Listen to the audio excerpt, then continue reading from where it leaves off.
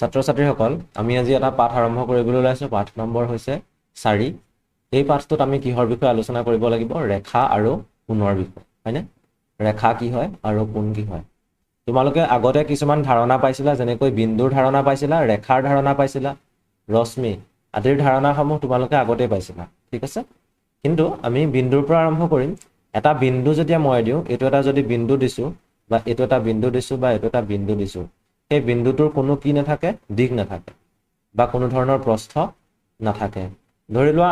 এটা ৰাস্তা আছে এটো এটা ৰাস্তা এই ৰাস্তাটোৰ কি আছে নিৰ্দিষ্ট দিশ আছে ইয়াৰ পৰা ইয়ালৈকে যেটো দূৰত্ব সেই দূৰত্বটো কি হয় ধৰি লোৱা এইখিনি ঠাই A এইখিনি ঠাই B এতিয়া A ৰ পৰা B ৰ মাজৰ দূৰত্ব আছে মানে ইয়াত দিশ আছে হয়নে আৰু এইখিনি ঠাই B বুলি ধৰিছো আৰু ৰাস্তাটোৰ ইটো পাৰে এইখিনি ঠাই মই C বুলি ধৰিছো এতিয়া B আৰু C ৰ মাজত কি আছে প্ৰস্থ আছে মানে ইয়াত দিশ আৰু প্ৰস্থ ৰাস্তাটোৰ কাৰণে আমি দুইটা পাইছো হয়নে কিন্তু বিন্দুৰ কাৰণে এটা বিন্দু হেতু এই বিন্দুটোৰ কাৰণে কোনো দিশো নাথাকে লগতে কোনো প্ৰস্থও নাথাকে বিন্দুৰ অকল অৱস্থানে থাকে ধৰা এই বিন্দুটো এখিনিত আছে এই বিন্দুটো এখিনিত আছে এই বিন্দুটো এখিনিত আছে মানে নিৰ্দিষ্ট স্থান আছে এই বিন্দুটো এখিনিত আছে গতিকে প্ৰত্যেকটো বিন্দুৰে কি থাকিব নিৰ্দিষ্ট স্থান থাকিব বা তাৰ নিৰ্দিষ্ট অৱস্থান থাকিব এটা কাখৰ চিত্ৰত এ এটা বিন্দু দিয়া হৈছে এখিনিতে এটা বিন্দু দিছে তাৰ নামকৰণ কৰিছে কিহেৰে এটা ক্যাপিটেল লেটাৰে হেতু হৈছে এ মানে বিন্দুবোৰক আমি সাধাৰণতে কি কৰো ক্যাপিটেল লেটাৰ দি বুজাও যেনেকৈ এটো এটা বিন্দু দিলো এই বিন্দুটোক মই পি বুলি দিব পাৰো এখিনিত এটা বিন্দু দিলো মই এটো কিউ বুলি দিব পাৰো এখিনিত এটা বিন্দু দিলো মই তাক আৰ বুলি দিব পাৰো গতিকে ক্যাপিটেল লেটাৰ দি আমি কি কৰিব পাৰো এটা বিন্দুক উপস্থাপন কৰিব পাৰো তাৰ পাছত আহিলে সৰল ৰেখাৰ প্ৰান্ত বিন্দু থাকে সৰল ৰেখা মানে কি হয় চোৱা এটা বিন্দুবোৰ লগ লাগিহে ৰেখা হয় এটো মনত ৰাখিবা এনেকে বিন্দু আছে ওচৰা-ওচৰিকৈ বহুত অসংখ্য বিন্দু থাকিব লাগিব অসংখ্য বিন্দু যোনবোৰ আমি গণনাও কৰিব নোৱাৰো এনেকে অসংখ্য বিন্দু থাকিব লাগিব সেই বিন্দুবোৰ লগ লাগিহে কি হৈছে সেই বিন্দুবোৰ লগ লাগিহে সৰল ৰেখা হয় এতিয়া ইয়াত কথা এটা ক'লে যে সৰল ৰেখাৰ প্ৰান্ত বিন্দু নাথাকে সৰল ৰেখাৰ কোনো ধৰণৰ শেষ নাথাকে মানে ধৰি লোৱা এনেকে এডাল মই আঁচ দিছো এডালে এতিয়া সৰল ৰেখা বুজোৱা নাই এডালে বুজাইছে যে এইখিনিত এটা শেষ বিন্দু আছে এইখিনিত এটা শেষ বিন্দু আছে প্ৰান্ত বিন্দু কিন্তু যেতিয়া মই এইখিনিতে এনেকে দি দিও কাৰ্চিনৰ নিচিনা আৰু এইফালেও এইখিনিতে দি দিও কাৰ্চিনৰ নিচিনা সেই কাৰ্চিনটোৱে কি বুজায় সেই কাৰ্চিনটোৱে বুজায় যে এডাল অসীমলৈ গৈ আছে ইয়াত কোনো সীমা নাই মানে হেডাল তুমি বঢ়াই বঢ়াই গৈ থাকিব পাৰা কিন্তু যদি মই এনেকে দিলো তেতিয়া কি বুজাইছে এইফালেটো বাঢ়িছে সোঁফালে বাঢ়িছে কিন্তু বাওঁফালে বাঢ়ি যোৱা নাই বাওঁফালে এইখিনিতে সেই গতিকে ইয়াত লিখিছে যে সৰল ৰেখাৰ প্ৰান্ত বিন্দু নাথাকে কেলে নাথাকে সৰল ৰেখা এডাল চোৱা এডাল হৈছে সৰল ৰেখা যে তাত এইফালেও কাৰ্চিন আছে এইফালেও কাৰ্চিন আছে কাৰ্চিনৰ মুণ্ড বুলি কোৱা হয় এটো মুণ্ড কাৰ্চিনৰ এই মুণ্ডটো এইফালে আছে গতিকে আমি গম পাইছো যে এইফালেও বাঢ়ি গৈ থাকিব পাৰে এইফালেও বাঢ়ি গৈ থাকিব পাৰে গতিকে তাৰ প্ৰান্ত বিন্দু থাকিবই নোৱাৰে তাৰ পাছত কি দিয়া আছে চোৱা সৰল ৰেখা এডাল দুই মূৰে অসীমলৈ বিস্তৃত হৈ থাকে মই হেতুৱে ক'লো যে এটো অসীমলৈ গৈ থাকিব বহুত দূৰলৈ গৈ থাকিব যেটো আমি গণনা কৰিব নোৱাৰো সৰল ৰেখাৰ প্ৰস্থ নাথাকে সৰল ৰেখাডালৰ আমি দিশহে পাইছো এটো দিশ হয় কিন্তু প্ৰস্থ আছে জানো প্ৰস্থ বুলিবলেতো নাই এনেকেটো একো নাই হয়নে গতিকে তাৰ দিশ আছে দিশটো আছে দিশ কি ক'ব লাগিব আমি দিশ আছে কিন্তু প্ৰস্থটো হৈছে নাই প্ৰস্থটো নাই মানে সৰল ৰেখাৰ কোনো ধৰণৰ প্ৰস্থ নাথাকে তাৰ পাছত আহিলে সৰল ৰেখাৰ এডালৰ দিশ জুখি উলিয়াব নোৱাৰি কিয় নোৱাৰি গম পাইছে এডাল সৰল ৰেখা এডাল মই আঁকি দিলো এফালে কাৰ্চিনৰ মুণ্ডটো দিছো এফালেও মুণ্ডটো দিছো তেতিয়া এডাল সৰল ৰেখা বুজালে এতিয়া এই সৰল ৰেখাডালে কিমান দূৰলৈ বাঢ়ি গৈ আছে আমিতো গম নাপাওঁ এফালেও বাঢ়ি গৈ আছে এফালেও বাঢ়ি গৈ আছে গতিকে আমি এডালৰ জোখ উলিয়াব নোৱাৰো এডাল 2 সেন্টিমিটাৰ বা 3 সেন্টিমিটাৰ বা 4 সেন্টিমিটাৰ বুলি ক'ব নোৱাৰো কাৰণ এডাল এফালেও অসীমলৈ গৈ আছে এফালেও অসীমলৈ গৈ আছে সৰল ৰেখাৰ চমুকৈ ৰেখা বুলি কোৱা হয় সৰল ৰেখাক আন এটা নাম দিয়া হয় হেতু হৈছে ৰেখা সৰল শব্দটো নলগালেও আমি যদি ৰেখা বুলি কওঁ তেতিয়া কি বুজায় সৰল ৰেখাই বুজোৱা হয় কাখৰ চিত্ৰত AB এডাল সৰল ৰেখা AB এটা কেনেকৈ নামটো দিলে চাবা মই বুজাইছো তোমালোকক AB নামটো কেনেকৈ দিলে এডাল যে ৰেখা ক'ব নোৱাৰো হয়নে কাৰণ এইখিনিতে বিন্দুটো শেষ হৈ গৈছে আৰু এফালেও শেষ হৈ গৈছে শেষ বিন্দু আছে ইয়াতো শেষ বিন্দু আছে ইয়াতো শেষ বিন্দু আছে গতিকে এডাল ৰেখা নহয় কিন্তু ধৰি লোৱা ইয়াতে মই কাৰ্চিনৰ মুণ্ডটো দিলো আৰু এফালেও একে দিলো এতিয়া এডালক আমি উপস্থাপন কৰিম কেনেকৈ এডালৰ নাম দিম কেনেকৈ আমি জানো যে সৰল ৰেখাডালত অসংখ্য বিন্দু আছে সেই সৰলৰেখাডালত অসংখ্য বিন্দু আছে মই যদি এটা বিন্দু বুজাইছো এই নীলা ৰংটো দি পেলাই সেই বিন্দুটো হৈছে এ তাৰ পাছতে সৰলৰেখাডালৰ যিকোনো এটা বিন্দু বেলেগ এটা বিন্দু ধৰি লোৱা যিকোনো এটা বিন্দু এইখিনিত এটা বিন্দু আছে সেই বিন্দুটো ধৰি ললো বি তেতিয়া আমি এই সৰলৰেখাডালৰ নাম দিম কেনেকৈ এই সৰলৰেখাডালৰ নাম দিম এ বি সৰলৰেখা অৰ্থাৎ এই সৰলৰেখাডালৰ যিকোনো দুটা বিন্দু ললো এই বিন্দু কেইটাৰ নামটো দিলো এটা এ এটা বি তেতিয়া সেই সৰলৰেখাডাল বুজাব কেনেকৈ এ বি এইটোৰে বুজাব সৰলৰেখাডাল তাৰ পাছতে চোৱা ৰশ্মিৰ আদি বিন্দু থাকে কিন্তু অন্তবিন্দু নাথাকে এডাল সৰলৰেখা হয়নে এডাল সৰলৰেখা কিন্তু এই বিন্দুটোৰ পৰা এনেকৈ আৰম্ভ হৈ গৈ আছে এইফালেতো গৈ আছে এইফালে শেষ হোৱাগে নাই কিন্তু এইফালে এই বিন্দুটোত আৰম্ভ হৈছিল এইফালে আৰু গৈ থকা নাই বাওঁফালে যোৱা নাই সোঁফালেহে গৈ আছে এইডালক আমি কি বুলি ক'ম এতিয়া এইডালক ক'ব লাগিব আমি ৰশ্মি বুলি এইডাল হৈছে কি ৰশ্মি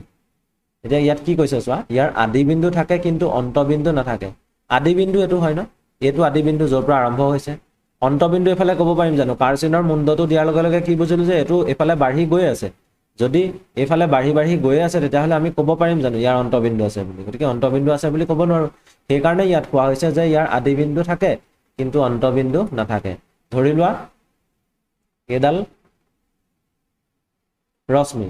সেই ৰশ্মিডালৰ এইটো এটা বিন্দু পি আৰু এইটো এটা বিন্দু কিউ ৰশ্মিডালত থকা দুটা বিন্দু আছে এতিয়া সেইডালক আমি কি বুলি উপস্থাপন কৰিম পি কিউৰে উপস্থাপন কৰিম আৰু এই পিটো হৈছে আদি বিন্দু আৰু অন্তবিন্দু যিহেতু নাই এইফালে কোনো অন্তবিন্দু আমি নাপাওঁ তাৰ পাছতে আহিলে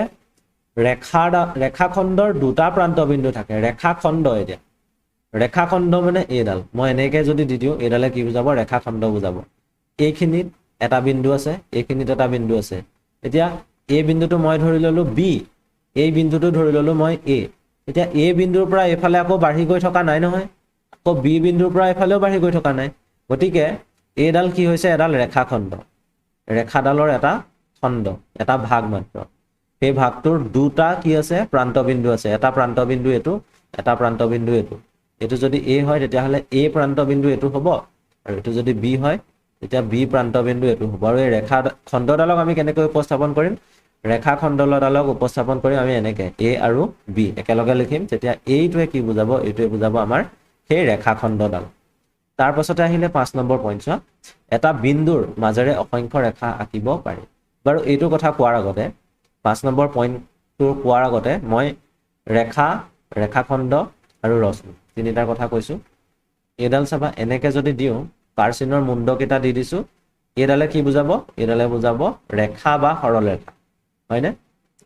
ইয়াত চোৱা আদি বিন্দু আছে অন্তবিন্দু নাই এইটো আদি বিন্দু এইফালে অন্তবিন্দু নাই এডাল কি হ'ব এডাল হ'ব ৰশ্মি এডাল হ'ব ৰশ্মি আৰু এনেকৈ এডাল দিছোঁ ইয়াত এইটো হৈছে প্ৰান্তবিন্দু আৰু এইটো হৈছে প্ৰান্তবিন্দু মানে দুটা প্ৰান্তবিন্দু যদি থাকে তেতিয়া আমি কি বুলি ক'ম তাক ৰেখাখণ্ড বুলি ক'ম এইটো হৈছে ৰেখাখণ্ড ঠিক আছে আমি ৰেখা পালোঁ ৰশ্মি পালোঁ আৰু ৰেখাখণ্ড পালোঁ এতিয়া চোৱা এটা বিন্দুৰ মাজেৰে অসংখ্য ৰেখা আঁকিব পাৰি বুলি কৈছে কাষৰ চিত্ৰত অ বিন্দুৰ মাজেৰে L1 L2 L3 আদি এই চাৰিডাল ৰেখা অঁকা হৈছে হয় সেইটো পাৰি তোমালোকে যদি চোৱা যিকোনো এটা বিন্দু দি লোৱা এই বিন্দুটোৰ মাজেৰে তোমালোকে এইডাল এডাল ৰেখা আঁকিব পাৰিলা আকৌ ধৰি লোৱা তুমি এনেকৈও এডাল ৰেখা আঁকিলা আকৌ তুমি এনেকৈও এডাল ৰেখা আঁকিলা সেই বিন্দুটোৰ মাজেৰে এইটো গৈ আছে ন এনেকৈ এডাল আঁকিলা অন্ত হ'ব জানো এনেকৈ এডাল আঁকিলা আকৌ তুমি এইখিনিৰ পৰা এনেকৈ এডালো আঁকিব পাৰা এইটোৰ মাজেদিয়ে যাব এই বিন্দুটোৰ মাজেদি যাব আকৌ এইফালৰ পৰা এনেকৈও আঁকিব পাৰা মানে তুমি গণি থাকিব নোৱাৰা কিমান ৰেখা অংকন কৰিব পাৰিবা সেইটো কাৰণে কি কোৱা হৈছে যে অসংখ্য ৰেখা আঁকিব পাৰি যিকোনো ৰেখা আঁকিব পাৰা তুমি সেই বিন্দুটোৰ মাজেদি আৰু প্ৰত্যেকডাল ৰেখাকে এটা নাম দিয়া হৈছে ইয়াত যিকেইডাল চাৰিডাল দিয়া হ'ল সেইকেইডালৰ প্ৰত্যেকৰে নাম দিয়া হৈছে L1 L2 L3 L4 মানে ধৰি লোৱা এইডাল যিডাল ৰেখা এই ৰেখাডালক এটা নাম দি চিহ্নিত কৰা হৈছে সেই নামটো ধৰি লোৱা L1 এইডাল যিডাল ৰেখা সেই ৰেখাডালকো এটা নাম দিয়া হৈছে সেইটো নামটো ধৰি লোৱা L2 এইডালৰ ধৰি লোৱা L3 যেহেতু ইয়াত আমি চাৰিডাল ৰেখাহে অংকন কৰিছোঁ সেইটো কাৰণে এই ৰেখাডাল কি হ'ব L4 গতিকে চাৰিডালৰ নামেই দিছে এডালৰ L1 দিছে, এডালৰ L2 দিছে, এডালৰ L3 দিছে আৰু এডালৰ L4 দিছে। অৰ্থাৎ আমি গম পালো যে এডাল যদি ৰেখা হয় তেতিয়া ৰেখাডালত থকা যিকোনো বিন্দু দুটা দি পেলাই A আৰু B দি পেলাই আমি কি কৰিব পাৰো AB ৰেখা বুলি ক'ব পাৰো হয়নে? AB হৈছে ৰেখা। বা তোমালোকে যিকোনো এটা স্মল লেটাৰ L দি পেলাই সেই ৰেখাডাল বুজাব পাৰা। তেতিয়া L2ও কি বুজাব? সেই L2ও সেই ৰেখাডালে বুজাব। তেতিয়া তোমালোকে L ৰেখা বুলি ক'বা। যেতিয়া দুটা বিন্দু দি ল'বা তেতিয়া বুজাব যে সেই বিন্দু দুটা সংযোগী যিডাল ৰেখা সেইডাল হৈছে এডাল সৰলৰেখা। তাৰ পাছতে চোৱা 6 নম্বৰ পইণ্ট। 6 নম্বৰ পইণ্ট কি কৈছে? দুটা নিৰ্দিষ্ট বিন্দুৰ মাজেৰে মাত্ৰ এডালহে ৰেখা আঁকিব পাৰি। যিকোনো দুটা বিন্দু লোৱা, এটা এইটো বিন্দু, এটা এইটো বিন্দু। এই বিন্দু দুটা সংযোগ কৰিলা, সংযোগ কৰি এফালে অলপ বঢ়াই দিলা, কাঁড় চিন দি দিলা, এফালে অলপ বঢ়াই দিলা, কাঁড় চিন দি দিলা। এইটো A বিন্দু আছিলে, এইটো B বিন্দু আছিলে। এতিয়া A আৰু B বিন্দুৰ মাজেৰে আৰু ৰেখা অংকন কৰিব পাৰিবা জানো? কৰিলেও একেডালেই হ'বগৈ ন? তুমি সাপোজ এনেকৈ কৰিলা, এইটো A বিন্দু আছিলে, এইটো B বিন্দু আছিলে, আকৌ আঁকিলা তুমি, আকৌ আঁকিলা, ক'ত পৰিছে? A Bতে পৰিলে। গতিকে একেডাল ৰেখাই বুজাই আছে, এডাল এনেকৈ বাঢ়ি যাব, এডাল এনেকৈ বাঢ়ি যাব। সেইকাৰণে কোৱা হৈছে যে AB যিকোনো দুটা বিন্দু, যিকোনো দুটা সংযোগ কৰি পেলাই আমি যিডাল ৰেখা অংকন কৰিম, তেনেকুৱা ৰেখা কেইডাল থাকিব? মাত্ৰ এডাল থাকিব, এডালতকৈ বেছি থাকিব নোৱাৰে। কাৰণ দুডাল তিনিডাল আঁকিলেও আল্টিমেটলি কি বুজাব? সেইকেইডালে একেডাল ৰেখাকেই বুজাব। তাৰপাছত আহিলে 7 নম্বৰ। যদি তিনিটা বা তাতোধিক বিন্দুৰ মাজেৰে যোৱাকৈ এডাল সৰল ৰেখা আঁকিব পাৰি তেন্তে এনে বিন্দুবোৰক একেৰেখীয় বিন্দু বোলে। কিয় কৈছে চোৱা, এইটো এটা বিন্দু, এইটো এটা বিন্দু, এইটো এটা বিন্দু। এতিয়া এই তিনিটা বিন্দু যদি সংযোগ কৰোঁ তেতিয়া আমি এডাল চিধা ৰেখা পাম ন? এটা ধৰি লোৱা বিন্দু P, এটা বিন্দু Q, এটা বিন্দু R। যিহেতু এই তিনিটা বিন্দু একেডাল ৰেখাতে আছে, এই তিনিটা বিন্দু একেডাল ৰেখাতে আছে, সেইটো কাৰণে আমি কি বুলি ক'ব পাৰোঁ? P, Q, R এই তিনিটা বিন্দু হৈছে একে ৰেখীয়, মানে একেডাল ৰেখাত থকা বিন্দু, একে ৰেখীয় বুলি কোৱা হৈছে। ইয়াত 4টা বিন্দু দেখুৱাইছে, P বিন্দু, Q বিন্দু, R বিন্দু, S বিন্দু। সেই 4টা বিন্দুৱে ক'ত আছে? এডাল ৰেখাত আছে। সেইকাৰণে সেই P, Q, R, S বিন্দু কেইটাক আমি কি বুলি ক'ব পাৰোঁ? একেৰেখীয় বিন্দু বুলি ক'ব পাৰোঁ। একেৰেখীয় বিন্দু কেতিয়া নহয় মই তোমালোকক দেখুৱাইছোঁ। ধৰি লোৱা এটা বিন্দু এইটো, এটা বিন্দু এইটো, এটা বিন্দু এইটো, এটা বিন্দু এইটো। এইটো ধৰি লোৱা P, এইটো Q, এইটো R, এইটো S। এতিয়া আমি P, Q, R এইকেইটাক সংযোগ কৰিলোঁ এনেকৈ চিধা। তেতিয়া আমি কি ক'ম? P, Q, R এই বিন্দুকেইটা কি হয়? এই বিন্দুকেইটা একে ৰেখীয় হয়, একে ৰেখীয় হয়। কিন্তু S বিন্দুটো, আমি যদি S বিন্দুটো চাওঁ, S বিন্দুটো সেইডাল ৰেখাত নাই। গতিকে S বিন্দুটো কি হ'ব? P, Q, R ৰ লগত একেৰেখীয় নহয়, কাৰণ S বিন্দুটো সেইডাল ৰেখাত নাই। নিশ্চয় বুজি পালা? তাৰ পাছত আমি যাওঁ 8 নম্বৰ পইণ্ট। 8 নম্বৰ পইণ্টত কি কোৱা হৈছে চোৱা, এখন সমতলত থকা দুডাল ৰেখাই যদি এটা বিন্দুত ছেদ কৰে তেনেহ'লে ৰেখা দুডালক কটাকটি কৰা ৰেখা বোলে। আৰু ৰেখা দুডালে পৰস্পৰৰ ছেদ কৰা বিন্দুটোক ছেদ বিন্দু বুলি কোৱা হয়। ধৰি লোৱা তোমালোকে এখন কাগজ ল'লা, যিকোনো এখন কাগজ, মই এইখিনিতে আঁকিছোঁ, এখন তোমালোকে কাগজ ল'লা, ঠিক আছে? এখন কাগজ। এতিয়া সেই কাগজখন কি হয়? এই কাগজখন হৈছে এখন সমতল। এই কাগজখন হৈছে এখন সমতল। সেইটো কাৰণে ইয়াত সমতলৰ কথাটো আহিলে চাবা। কিন্তু তোমালোকে আৰু এখন কাগজ লৈছা, এখন কাগজ কি কৰি থৈছা? তোমালোকে মাজতে ভাঁজ কৰি থৈছা, ঠিক আছে? ইয়াত এতিয়া দুখন সমতল আছে, এখন এইখন সমতল, এখন এই মই কলা কৰি দিছোঁ যে সেইখন সমতল, আৰু এখন কোনখন সমতল? আৰু এখন মই বেলেগ এটা বৰণ দি দিওঁ, ধৰি লোৱা হালধীয়া ৰং দিছোঁ। এইখন হৈছে এখন সমতল। ইয়াত দুখন বেলেগ বেলেগ সমতল আছে। কিন্তু ইয়াত মই প্ৰথমতে যিখন সমতল আঁকিছিলোঁ, যিখন কাগজ আঁকিছিলোঁ, সেইখনে এখন সমতলে বুজাই আছে। ইয়াত যদি মই এনেকৈ এডাল ৰেখা আঁকিছোঁ,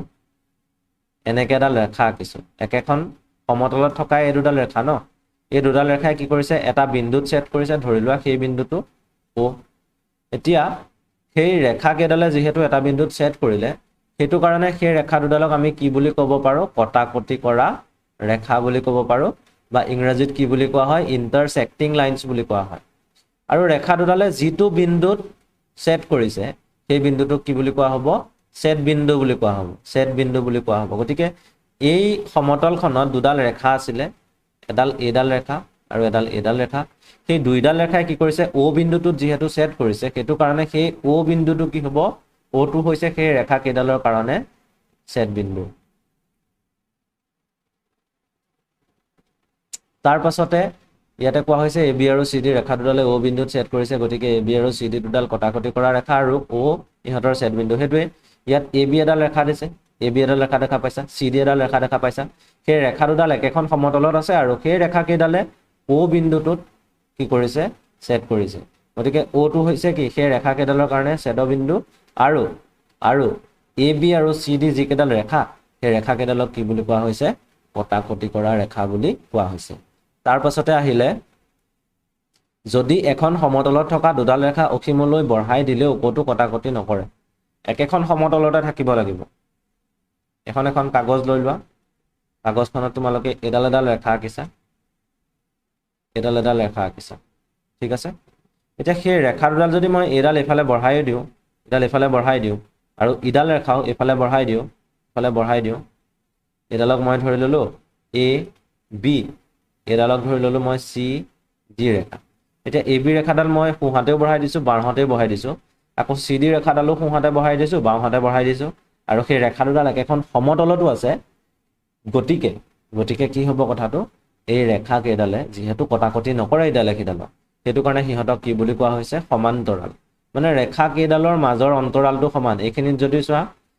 যদি চোৱা সিহঁতৰ মাজত যদি দূৰত্বটো 3 সেন্টিমিটাৰ হয় তুমি এইখিনিত চালেও কি হ'ব সিহঁতৰ মাজৰ দূৰত্বটো 3 সেন্টিমিটাৰ থাকিব বা এইখিনিত চালেও কি হ'ব সিহঁতৰ মাজৰ দূৰত্বটো 3 সেন্টিমিটাৰ থাকিব গতিকে এডাল এফালে বঢ়োৱা এইফালে বঢ়োৱা বা CD ডালকো তুমি সোঁফালে বঢ়োৱা বা বাওঁফালে বঢ়োৱা কটাকটি কেতিয়াও নকৰে সেইটো কাৰণে এই ৰেখাবোৰক কি বুলি কোৱা হৈছে সমান্তৰাল ৰেখা বুলি কোৱা হৈছে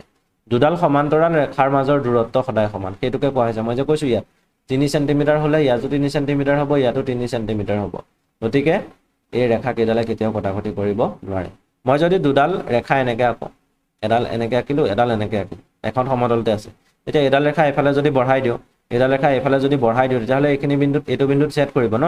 তেতিয়া আমি এই ৰেখা দুডালক সমান্তৰাল ৰেখা বুলি ক'ব নোৱাৰো কিন্তু মই যদি দুডাল ৰেখা এনেকৈ আঁকো এডাল এনেকৈ আঁকিলো এডাল এনেকৈ আঁকিলো এতিয়া ধৰি লোৱা এইকেইডাল পুৰা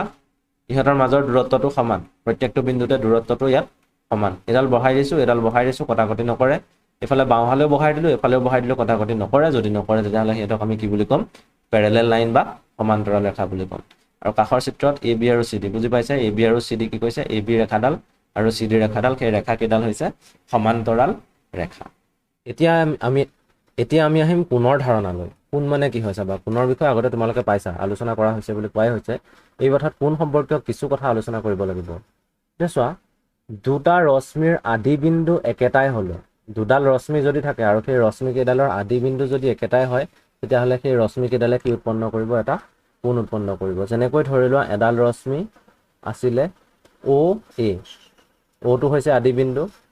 আৰু এফালে কি আছে A এটা বিন্দু আছে ঠিক আছে এডাল ৰশ্মি আৰু এডাল ৰশ্মি আকৌ সেই O বিন্দুটোৰ পৰা আৰম্ভ হৈছে এইফালে আছে B পইণ্টটো এতিয়া চোৱা OA আৰু OB ৰ মাজত কি উৎপন্ন হ'ল এটা এইখিনিতে কোণ উৎপন্ন হ'ল এটোকে আমি কি বুলি ক'ম কোণ বুলি ক'ম ঠিক আছে এতিয়া কাষৰ চিত্ৰত OA আৰু OB ৰশ্মি দুটাৰ উমৈহতীয়া আদি বিন্দু হৈছে O গতিকে ৰশ্মি কেইডালৰ এটা উমৈহতীয়া বিন্দু আছে ন O বিন্দুটো OA ৰশ্মিডালতো আছে O বিন্দুটো OB ৰশ্মিডালতো আছে O বিন্দুত OA আৰু OB ৰশ্মি দুটাই কি কৰিছে কোণ AOB উৎপন্ন কৰিছে এতিয়া কোণৰ কাৰণে আমি চিন কি দিব লাগিব কোণৰ কাৰণে চিন দিব লাগিব এটো তাৰ পাছতে চাবা উমৈহতীয়া বিন্দু কোনটো উমৈহতীয়া বিন্দু এটো ন উমৈহতীয়া বিন্দুটো সদায় ক'ত থাকিব মাজত থাকিব তাৰ পাছতে চাবা ইয়াত বাহু কেইডাল এডাল হৈছে OA আৰু আনডাল হৈছে OB OA বাহুত এটা বিন্দু হৈছে কি A বিন্দু আৰু অ বি বাহু এটা বিন্দু হৈছে বি বিন্দু, সেইটো কাৰণে ইয়াত কি লিখিব লাগিব এ আৰু ইয়াত লিখিব লাগিব বি। কিন্তু সদায় মনত ৰাখিবা যোনটো আদি বিন্দু আছে, যোনটো দুইটাতে উমৈহতীয়া হিচাপে আছে, সেই বিন্দুটো সদায় আমি ক'ত লিখিম, মাজত লিখিম। তাৰ আগত এটা বিন্দু থাকিব, তাৰ পাছত এটা বিন্দু থাকিব, আৰু এই তিনিটা যেতিয়া লগ লাগি আগত কোণৰ চিহ্নটো দিম, তেতিয়া এই গোটেইটোৱে কি বুজাব, এটা কোণ বুজাব। ঠিক সেইদৰে ইয়াত কি কৈছে চোৱা, কোণ এ অ বিৰ শীৰ্ষবিন্দু অ, এ অ বি যিটো কোণ আছে এ অ বি, ইয়াত এটা কোণ উৎপন্ন হৈছে ন, সেই কোণটোৰ কাৰণে শীৰ্ষবিন্দুটো কি হৈছে অ, মানে যিটো অ বিন্দু, অ বিন্দুটোক আমি কি বুলি ক'ম, অ বিন্দুটোক আমি ক'ম শীৰ্ষ বিন্দু বুলি। তাৰপাছতে আৰু কি লিখিছে চোৱা, অ এ আৰু অ বি কোণ এ অ বিৰ বাহু, মানে যিকেইটা ৰশ্মি, এটা অ এ ৰশ্মি আছিলে আৰু এটা ৰশ্মি কি আছিলে অ বি ৰশ্মি, হয়নে? অ এ আৰু অ বি ৰশ্মিৰ মাজত এটা কোণ উৎপন্ন হ'ল। এতিয়া সেই কোণটোৰ কাৰণে, সেই যিটো কোণটোক আমি কিহেৰে বুজাওঁ, কোণ এ অ বি। এতিয়া এই কোণটোৰ কাৰণে কি হ'ব, অ এ আৰু অ বি এইকেইডালক কি বুলি কোৱা হ'ব, সেই কোণটোৰ কাৰণে বাহু বুলি কোৱা হ'ব। সেইকেইডাল হৈছে কোণটোৰ কাৰণে বাহু। তাৰপাছতে কি লিখা আছে, ঘূৰ্ণীয়মান ৰশ্মিৰ সহায়তো কোণৰ ধাৰণা আগবঢ়াব পাৰি। মানে এডাল ৰশ্মি যদি ঘূৰি আছে, সেই ৰশ্মিডালেও কি কৰিব পাৰে, কোণৰ ধাৰণা আগবঢ়াব পাৰে। কেনেকৈ পাৰে আমি চাওঁ। আমি এটা ঘড়ী ল'ম এতিয়া, এই ঘড়ীটো চোৱা, এই ঘড়ীটোত মিনিটৰ কাঁটাডাল চোৱা, এইডাল হৈছে মিনিটৰ কাঁটা, মই ৰঙা ৰং দি দেখুৱাইছোঁ চাবা, এই দীঘলকে এডাল হৈছে মিনিটৰ কাঁটা। এতিয়া সেই মিনিটৰ কাঁটাডালটো একে ঠাইতে ৰৈ নাথাকে ন, সেই মিনিটৰ কাঁটাডালৰ ফাৰ্ষ্টতে অৱস্থান আছিলে এইটো, মই ধৰি ল'লোঁ এইটো হৈছে অ বিন্দু, একেবাৰে কেন্দ্ৰটো হৈছে অ বিন্দু, আৰু কাঁটাডালত থকা যিকোনো এটা বিন্দু মই ধৰি লৈছোঁ এ বিন্দু, ঠিক আছে, অ আৰু এ। এতিয়া সেই কাঁটাডাল কোনফালে ঘূৰিব, এইফালে ঘূৰিব ন, এইফালে যেতিয়া ঘূৰিব কাঁটাডাল এইটো অৱস্থানো পাবহি, হয়নে? মই এই অৱস্থানত কাঁটাডালত থকা এটা বিন্দু ধৰিছোঁ বি।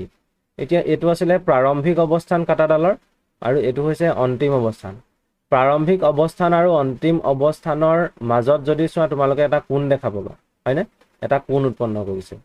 এইটো হৈছে এটা কোণ। গতিকে এডাল ৰশ্মি যেতিয়া ঘূৰিব, এডাল ৰশ্মি এনেকে আছে, আৰু এই আদি বিন্দুটো কেন্দ্ৰ কৰি ৰশ্মিডাল এনেকে ঘূৰিছে, এনেকে ঘূৰিলে ইয়াতে আমি কি পাম, এটা কোণ পাম। বুজি পালা নিশ্চয়? কাষৰ চিত্ৰত অ এ ৰশ্মিটোৱে অ বিন্দুক কেন্দ্ৰ কৰি ঘড়ীৰ কাঁটাৰ বিপৰীত দিশত ঘূৰি অ বি অৱস্থানত উপনীত হৈ কোণ এ অ বি উৎপন্ন কৰিছে। এতিয়া ইয়াত চোৱা কি হৈছে কথাটো, অ এ এডাল ৰশ্মি আছে,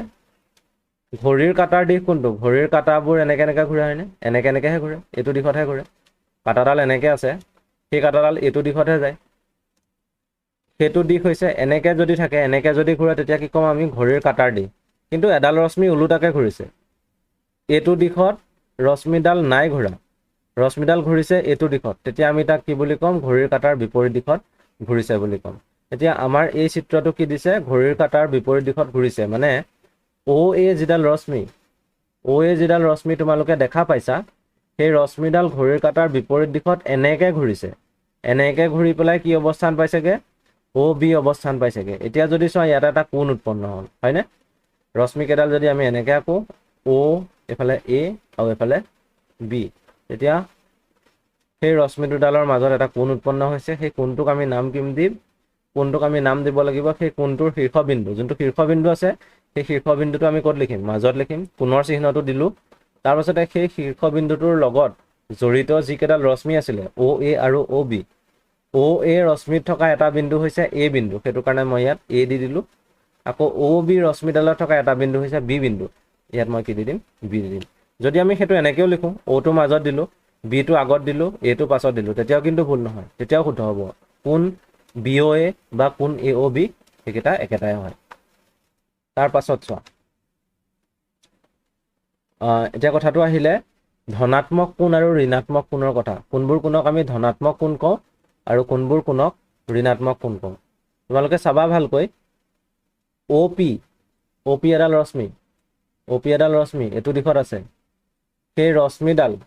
ঘড়ীৰ কাঁটাৰ বিপৰীত দিশত ঘূৰিছে, বিপৰীত দিশত এনেকে ঘূৰিছে, ঘূৰি পেলাই কি পালেগে, অ কিউ অৱস্থান পালেগে। ঘড়ীৰ কাটাৰ বিপৰীত দিশত যদি ঘূৰে, চোৱা ভালকৈ, ইয়াত কি লিখা আছে, ঘড়ীৰ কাটাৰ বিপৰীত দিশত ঘূৰি পেলাই যিটো কোণ উৎপন্ন কৰিব সেই কোণটো হ'ব ধনাত্মক। মানে ইয়াত উৎপন্ন হোৱা কোণটোক আমি কি বুলি ক'ম, এটা ধনাত্মক কোণ বুলি ক'ম। কিয় ধনাত্মক কোণ বুলি কিয় ক'ম, কাৰণ তাত ৰশ্মিডাল ঘড়ীৰ কাটাৰ বিপৰীত দিশত ঘূৰিছে।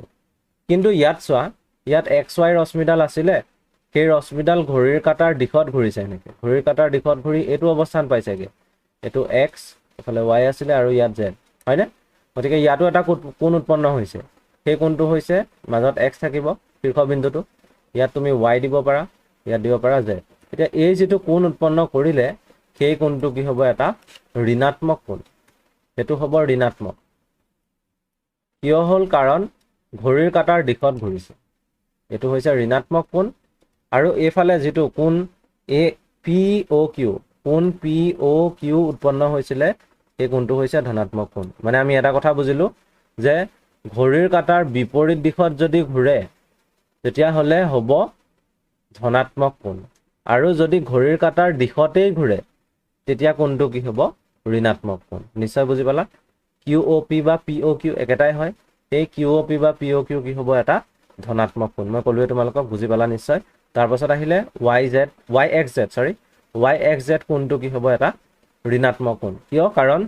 সেই কোণটো উৎপন্ন কৰিবলৈ যিডাল XY ৰশ্মি আছিলে, সেই XY ৰশ্মিডালে X বিন্দুটোক কেন্দ্ৰ কৰি ঘড়ীৰ কাটাৰ দিশত ঘূৰিছিলে। ঘড়ীৰ কাটাৰ দিশত ঘূৰি পেলাই যিবোৰ কোণ উৎপন্ন কৰে সেই কোণবোৰ হ'ব কি,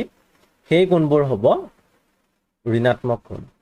তাৰ পাছত চোৱা, বিভিন্ন প্ৰকাৰৰ কোণ। এটা সম্পূৰ্ণ কোণৰ কথা কৈছে। সম্পূৰ্ণ কোণ বা তাক কি বুলি কোৱা হয়, কমপ্লিট এংগল। সম্পূৰ্ণ কোণ কেতিয়া কোৱা হয় চাবা, এডাল ৰশ্মি এডাল OA ৰশ্মিডাল এনেকৈ ঘূৰিছে, ঘূৰি আহি আকৌ সেই অৱস্থান পালেহি, এতিয়া প্ৰাৰম্ভিক অৱস্থান ধৰি লোৱা, মই এই ৰঙা ৰংটো দি বুজাইছো,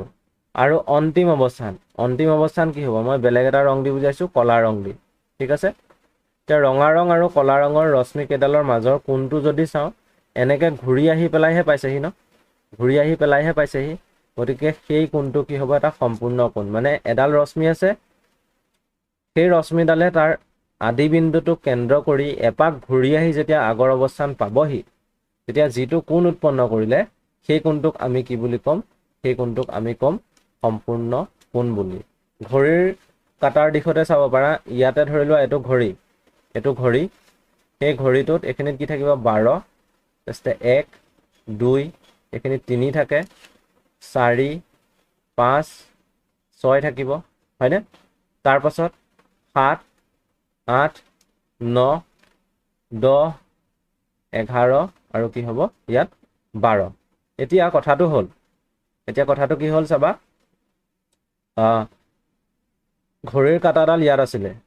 ধৰি লোৱা মিনিটৰ কাটাডাল ইয়াত আছিলে। ঠিক আছে, এডাল মিনিটৰ কাটা। এতিয়া সেই মিনিটৰ কাটাডাল এনেকৈ ঘূৰিলে, এই মিনিটৰ কাটাডাল এনেকৈ ঘূৰিছে, এনেকৈ ঘূৰি আহিছে, ঘূৰি আহি কি হ'ল, ঘূৰি আহি আকৌ আগৰ অৱস্থান পাই গ'ল, আকৌ আগৰ অৱস্থান পালেহি। তেতিয়া ইয়াত এইখিনিৰ পৰা এইখিনিলৈকে এনেকৈ ঘূৰি আগৰ অৱস্থান পাওঁতে যিমানটো কোণ উৎপন্ন কৰিলে সেই কোণটোকে আমি কি বুলি ক'ম, এটা সম্পূৰ্ণ কোণ বুলি ক'ম। সেই কোণটো হ'ব এটা সম্পূৰ্ণ কোণ। তাৰ পাছত সমকোণ। সমকোণ কি হ'ব, সমকোণ কি হয় চাবা। সমকোণ মানে কি, এটা সম্পূৰ্ণ কোণ, তাক যেতিয়া আমি সমানে 4টা ভাগ কৰোঁ, 4টা ভাগ কৰি তাৰ এটা ভাগক কি বুলি ক'ব পাৰোঁ, আমি এটা সমকোণ বুলি ক'ব পাৰোঁ। মানে কথাটো এনেকুৱা, এডাল ৰশ্মি, সেই ৰশ্মিডাল সম্পূৰ্ণৰূপে এপাক ঘূৰি আকৌ আগৰ অৱস্থান পালেহি, তেতিয়া যিটো কোণ উৎপন্ন হ'ল সেইটো হৈছে সম্পূৰ্ণ কোণ, সম্পূৰ্ণ। কিন্তু সেই কোণটোক আমি এতিয়া 4 ভাগ কৰিম। 4 ভাগ কেনেকৈ কৰিম, এডাল ৰশ্মি আমি এনেকৈ দিলোঁ, সম্পূৰ্ণ বিপৰীতত দিব লাগিব, আৰু এডাল ৰশ্মিৰ সম্পূৰ্ণ বিপৰীতত এনেকৈ দিব লাগিব। এতিয়া আমি এইখিনিত ইয়াৰ পৰা ইয়ালৈকে ধৰি লোৱা, এই বিন্দুটো হৈছে O বিন্দু, আদি বিন্দুটো, এইফালে থকা এটা বিন্দু OA ৰশ্মি, সেই ৰশ্মিডালে এইটো B পইণ্ট, পালেগৈ OB এইটো প্ৰাৰম্ভিক অৱস্থান আছিলে এইটো ধৰি লোৱা অন্তিম অৱস্থান 4 ভাগ কৰাৰ পাছত ধৰিছো ইয়াৰ পৰা ইয়ালৈকে গৈ পাওঁতে যেটো কোণ উৎপন্ন হ'ল এখিনি এই কোণটো কি হ'ব এটা সমকোণ হ'ব অৰ্থাৎ সমকোণ আঁকিবলৈ হলে আমি কি কৰিব লাগিব দুডাল ৰশ্মি এনেকৈ আঁকিব লাগিব তেতিয়া ইয়াত যেটো কোণ উৎপন্ন হ'ব সেই কোণটোক আমি কি বুলি ক'ম সেই কোণটোক সমকোণ বুলি ক'ম সেই কোণটো হৈছে সমকোণ গতিকে এটা সম্পূৰ্ণ কোণৰ যেতিয়া 4 ভাগৰ 1 অংশ ল'ম সেই 4 ভাগৰ 1 অংশটোৱে কি বুজাব আমাক এক সমকোণ বুজাব তাৰ পাছত আহিলে কোণৰ ডিগ্ৰী মাপ চাবা ডিগ্ৰী এককত কোণৰ জোখ লোৱা হয় কোণৰ জোখ কিহত লোৱা হয় ডিগ্ৰী এককত লোৱা হয় সমকোণ এটা সমানে 90 ভাগ কৰিলে প্ৰতিটো ভাগৰ জোখক আমি কি বুলি ক'ব পাৰো 1 ডিগ্ৰী বুলি ক'ব পাৰো এটা সমকোণ আছে ধৰি লোৱা এইটো এটা সমকোণ এই সমকোণটোক আমি ভাগ কৰিব লাগে এনেকে সম্পূৰ্ণ 90টা যদি ভাগ কৰো নহয় সম্পূৰ্ণ 90টা যদি ভাগ কৰো 90টা ভাগ কৰিলে তাত সৰু সৰু এটা ভাগত যেটো কোণ উৎপন্ন হ'ব সেই কোণটো কিমান হ'ব 1 ডিগ্ৰী গতিকে যেহেতু 90টা ভাগ আছে ইয়াত এইখিনিৰ পৰা এইখিনিলৈকে টোটাল 90টা ভাগ আছে বুলি ধৰি লোৱা এটা ভাগত যদি 1 ডিগ্ৰী হয় 90টা ভাগত কিমান ডিগ্ৰী হ'ব 90 ডিগ্ৰী অৰ্থাৎ আমি ক'ব পাৰো যে এক সমকোণ সমান 90 ডিগ্ৰী গতিকে এক সমকোণটো হৈছে 90 ডিগ্ৰীৰ সমান ডিগ্ৰী এককত এক সমকোণ মানে 90 ডিগ্ৰী কিন্তু আমি আৰু এটা কথা জানো কি এক সমকোণ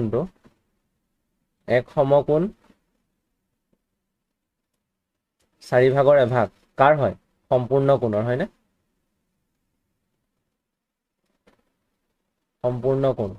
সম্পূৰ্ণ কোণৰ মাত্ৰ 4 ভাগৰ এভাগ হৈছে এক সমকোণ এতিয়া এক সমকোণ মানে কি পালো আমি 90 ডিগ্ৰী পালো এক সমকোণ মানে 90 ডিগ্ৰী এফালে 1/4 আছে পূৰণ সম্পূৰ্ণ কোণ এতিয়া ইয়াৰ পৰা সম্পূৰ্ণ কোণটো কি ওলাব 4টো এফালে তলত হৰণ হৈ আছে ইফালে গলে কি হ'ব পূৰণ হ'ব গতিকে এফালে 90 ডিগ্ৰী পূৰণ 4 আৰু এফালে কি পাম সম্পূৰ্ণ কোণ অৰ্থাৎ সম্পূৰ্ণ কোণটো আমি কিমান পামগে সম্পূৰ্ণ কোণটো পাম আমি 90 ডিগ্ৰী পূৰণ 4 90 ডিগ্ৰী পূৰণ 4 কৰিলে কিমান পাম আমি 360 অৰ্থাৎ সম্পূৰ্ণ কোণ এটাৰ মাপ হৈছে 360 ডিগ্ৰী আৰু সমকোণ এটাৰ মাপ হৈছে কিমান 90 ডিগ্ৰী তাৰ পাছতে আহিলে সৰল কোণৰ কথা সৰল কোণ কেতিয়া আমি এটা কোণক সৰল কোণ বুলি কওঁ যিবোৰ কোণৰ মাপ 2 সমকোণ বা 180 ডিগ্ৰীৰ সমান সেইবোৰ কোণক সৰল কোণ বোলে অৰ্থাৎ এটো ধৰি লোৱা এটা সমকোণ হয়নে তেস্তে এইখিনিৰ পৰা এইখিনিলৈকে ইয়াতে মই আৰু এটা ৰশ্মি দিলো তেতিয়া আৰু এটা সমকোণ হ'ল ন আৰু এটা সমকোণ এফালে এটা সমকোণ পালো এফালে এটা সমকোণ পালো সেই সমকোণ দুইটা মিলাই পেলাই কিমান হ'ব ইয়াত আছিল 90 ডিগ্ৰী ইয়াত আছিল 90 ডিগ্ৰী এতিয়া সম্পূৰ্ণৰূপে যদি মিলাও তেতিয়া আমি কি পাম যোগ কৰো তেতিয়া আমি পামগে 180 ডিগ্ৰী অৰ্থাৎ এইখিনিতে বিন্দুটো O ধৰিছো ইয়াত এটা বিন্দু A ইয়াত এটা বিন্দু B আৰু ইয়াত এটা বিন্দু C তেতিয়া চোৱা তেতিয়া কি হ'ব তেতিয়া এনেকুৱা হ'ব কোণ AOB = 90 ডিগ্ৰী আৰু কোণ BOC = 90 ডিগ্ৰী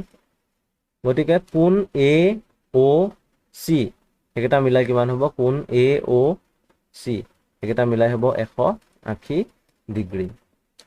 গতিকে ইয়াত আমি কি পালো AOB এটা সৰল কোণ ইয়াত আমাক এই ক্ষেত্ৰত কথা কৈছে আমাক ডায়াগ্ৰামটো দিয়া আছে বা চিত্ৰটো দিয়া আছে AOB ইয়াৰ পৰা ইয়ালৈকে যেটো কোণ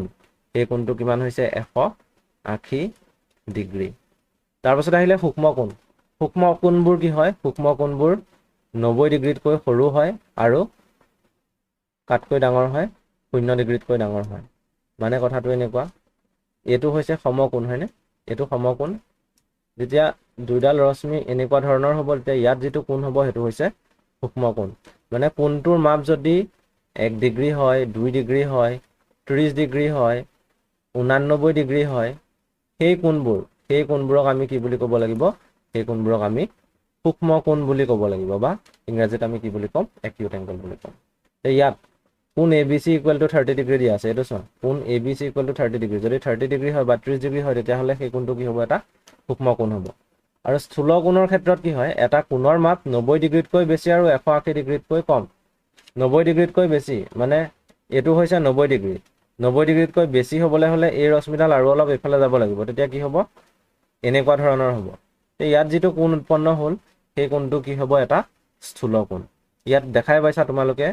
এডাল QR ৰশ্মি গৈছে এফালে আৰু এডাল QP ৰশ্মি গৈছে হয়নে সেই ৰশ্মি কেইডালৰ মাজত যিটো কোণ সেই কোণটো কিমান হৈছে 130 ডিগ্ৰী আৰু 90 ডিগ্ৰীতকৈ ডাঙৰ এটো লগতে এটোটো 90 ডিগ্ৰীতকৈ ডাঙৰ হয় আৰু 180 ডিগ্ৰীতকৈ সৰু হয় হেতু কাৰণে এই কোণটো কি হ'ব এটা স্থূল কোণ হ'ব তাৰ পাছত আহিলে প্ৰবৃদ্ধ কোণ কি বা ৰিফ্লেক্স এংগল কি এটা কোণৰ মাপ 180 ডিগ্ৰীতকৈ বেছি হ'লে 360 ডিগ্ৰীতকৈ কম হ'লে কোণটোক আমি কি বুলি কওঁ প্ৰবৃদ্ধ কোণ বুলি কওঁ মানে কথাটো এনেকুৱা এডাল ৰশ্মি এনেকৈ ঘূৰিলে এখিনি পালেহি এখিনি পাওঁতে যিটো কোণ উৎপন্ন কৰিলে এই কোণটো কিমান হ'ব এই কোণটো 180 ডিগ্ৰীতকৈ বেছি হ'ব আৰু এই ৰশ্মিডাল যদি এই ৰশ্মিডালৰ লগ লাগিলগেহেঁতেন তেতিয়া 360 ডিগ্ৰী হ'লহেঁতেন গতিকে সেই কোণটো কি হয় 360 ডিগ্ৰীতকৈ কম হয় আৰু 180 ডিগ্ৰীতকৈ বেছি হয় হয়নে ইয়াত যিটো কোণ উৎপন্ন হ'ল সেই কোণটোৰেই নাম কি দিছে সেই কোণটোৰেই নাম দিছে প্ৰবৃদ্ধ কোণ অৰ্থাৎ প্ৰবৃদ্ধ কোণবোৰ কি হ'ব লাগিব প্ৰবৃদ্ধ কোণবোৰ কি হ'ব লাগিব প্ৰবৃদ্ধ কোণবোৰ 360 ডিগ্ৰীতকৈ সৰু হ'ব লাগিব আৰু 180 ডিগ্ৰীতকৈ ডাঙৰ হ'ব লাগিব তাৰ পাছত আহিলে কোণৰ জোৰ মানে কি হয় জ্যামিতিত আমি কেতবোৰ বিশেষ কোণৰ জোৰৰ বিষয়ে পাওঁ এই জোৰবোৰৰ কিছুমান বিশেষ নাম আছে আৰু কিছুমান বিশেষ ধৰ্ম আছে সেইবোৰৰ বিষয়ে আমি আলোচনা কৰিব লাগিব কোণৰ জোৰ কেনেকুৱা ধৰণৰ কোণৰ জোৰ পাওঁ দুটা কোণৰ মাপৰ সমষ্টি 90 ডিগ্ৰী হ'লে সেইবোৰক কি বুলি কোৱা হয় পূৰক কোণ বুলি কোৱা হয় ইয়াতে দুটা কোণ দিয়া আছে চোৱা এটা হৈছে ABC কোণ ABC সেই কোণটো কিমান ডিগ্ৰী সেই কোণটো হৈছে 50 ডিগ্ৰী আৰু কোণ PQR এটো হৈছে কিমান 40 ডিগ্ৰী এতিয়া এই কোণ দুটা 50 ডিগ্ৰী কোণটো আৰু 40 ডিগ্ৰী কোণটো যদি যোগ কৰোঁ তেতিয়া আমি কি পাম এটা 90 ডিগ্ৰীৰ কোণ পাম হয়নে আৰু 90 ডিগ্ৰীৰ কোণ যদি পাইছো তেতিয়া হলে এই কোণটো আৰু এই কোণটো সেই কোণ দুটাই মিলি পেলাই কি কৰিছে বুলি কম 90 ডিগ্ৰী কোণ গঠন কৰিছে আৰু ABC কোণটো হৈছে PQR ৰ পূৰক কোণ বা PQR টো হৈছে ABC ৰ পূৰক কোণ মানে এনেকুৱা কথাটো ABC 50 ডিগ্ৰী PQR 40 ডিগ্ৰী দুইটা কোণ যোগ কৰিলে 90 ডিগ্ৰী পাওঁ তেতিয়াহ'লে আমি ক'ব পাৰোঁ যে কোণ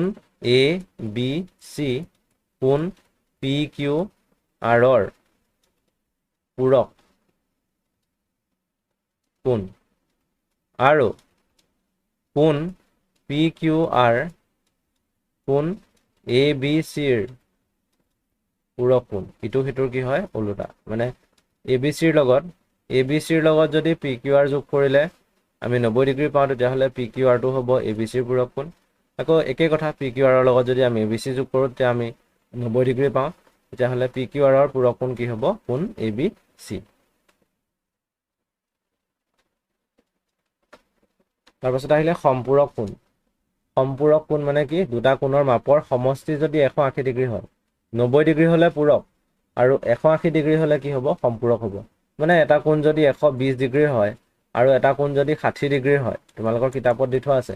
এটো 60 ডিগ্ৰীৰ কোণ আৰু এটো 120 ডিগ্ৰীৰ কোণ 120 আৰু 60 মিলালে কি হ'ব 180 হ'ব যদি 180 হয় কোণ কেইটাৰ ইটোক হিটোৰ কি বুলি ক'ব পাৰিম সম্পূৰক কোণ বুলি ক'ব পাৰিম DEF ৰ সম্পূৰক কোণটো কি হয় এলিমেন্ট কাৰণ DEF ৰ লগত যেতিয়া এলিমেন্ট যোগ কৰোঁ কোণ তেতিয়া আমি কি পাওঁ 180 ডিগ্ৰী পাওঁ আকৌ এলিমেন্টৰ লগত যেতিয়া আমি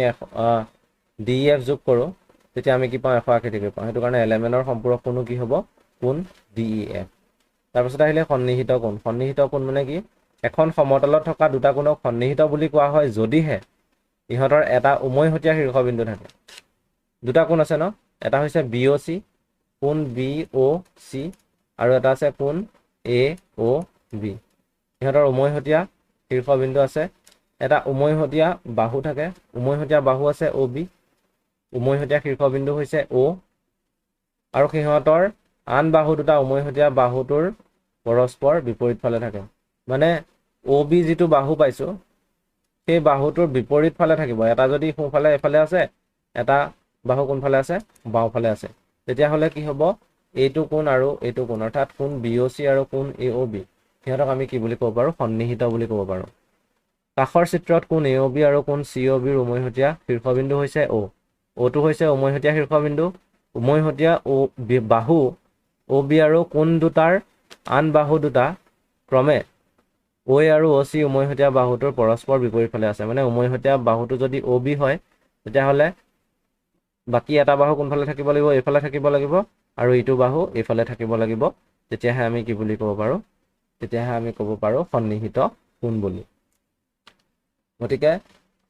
কোণ AOB আৰু কোণ COB ৰ উমৈহতীয়া শীৰ্ষবিন্দু O উমৈহতীয়া বাহু দুটা ক্ৰমে OA আৰু OC তেতিয়াহ'লে আমি কি বুলি ক'ব পাৰো কোণ AOB কোণ COB এযোৰ সন্নিহিত কোণ মানে সেই দুইটা কোণক আমি কি বুলি ক'ব পাৰো সন্নিহিত জোৰ বুলি ক'ব পাৰো তাৰপিছত আহিলে ৰৈখিক জোৰ যিকোনো দুটা কোণৰ মাপৰ সমষ্টি যদি 180 ডিগ্ৰী হয় তেতিয়াহ'লে আমি সিহঁতক কি বুলি ক'ম ৰৈখিক জোৰ বুলি ক'ম এটা কৈছে যদি দুটা সন্নিহিত কোণৰ উমৈহতীয়া বাহুটোৰ বাহিৰে আন বাহু দুটা পৰস্পৰ বিপৰীত ৰশ্মি হয় তেন্তে উক্ত সন্নিহিত কোণ দুটাক একেলগে এটা ৰৈখিক জোৰ বোলে এডাল ৰশ্মি এনেকে আছিলে ৰশ্মি নহয় এডাল ৰেখা তাতে এডাল ৰশ্মি দি দিলা এনেকে এতিয়া সেই ৰশ্মিডালে কি কৰিছে এফালে এটা ভাগ কৰিছে এফালে এটা ভাগ কৰিছে সেই ভাগ কেইটাক যদি যোগ কৰোঁ এটোক মই P বুলি ধৰি লওঁ এটো Q বুলি ধৰি লওঁ এটো হৈছে O আৰু এটো হৈছে R তেতিয়া কোণ POQ প্লাস কোণ POR ইকুৱেল টু কিমান হয় ইকুৱেল টু কিমান হ'ব 180 ডিগ্ৰী সেইটো কাৰণে কি বুলি কোৱা হৈছে সেইটো কাৰণে কোৱা হৈছে কোণ POQ আৰু কোণ POR কোণ দুটা এটা ৰৈখিক জোৰ উৎপন্ন কৰিছে সিহঁতৰ সমষ্টিটো যদি 180 ডিগ্ৰী হয় কোণ দুটা সন্নিহিত কোণ ওচৰাওচৰিকে থকা কোণৰ সমষ্টিটো যদি 180 ডিগ্ৰী হয় তেতিয়াহ'লে এই কোণকেইটা কি বুলি কোৱা হ'ব এই কোণকেইটাই ৰৈখিক জোৰ উৎপন্ন কৰিছে বুলি কোৱা হ'ব আৰু POQ POR এইকেইটা কি হয় পৰস্পৰ সম্পূৰক হয় এটো গম পাইছে সম্পূৰক মানে কি কোণকেইটাৰ মাপৰ সমষ্টি 180 ডিগ্ৰী তাৰ পাছতে আহিলে মনত ৰাখিবা কেইটামান কথা আছে এইকেইটা চাই লোৱা এডাল ৰেখাৰ ওপৰত এডাল ৰশ্মি থিয় কৰাই ৰাখিলে সৃষ্টি হোৱা সন্নিহিত কোণ দুটাৰ সমষ্টি 180 ডিগ্ৰী যিকোনো ৰেখা এডাল যদি লোৱা এডাল ৰেখা এই ৰেখাডালত এডাল ৰশ্মি দি দিয়া তেতিয়া এইটো এটা কোণ পাইছো এইটো এটা কোণ পাইছো সেই কোণকেইটাৰ মাপৰ সমষ্টি কি হ'ব সদায় 180 ডিগ্ৰী হ'ব AB ৰেখাৰ ওপৰত OC ৰশ্মি থিয় হৈ থাকিলে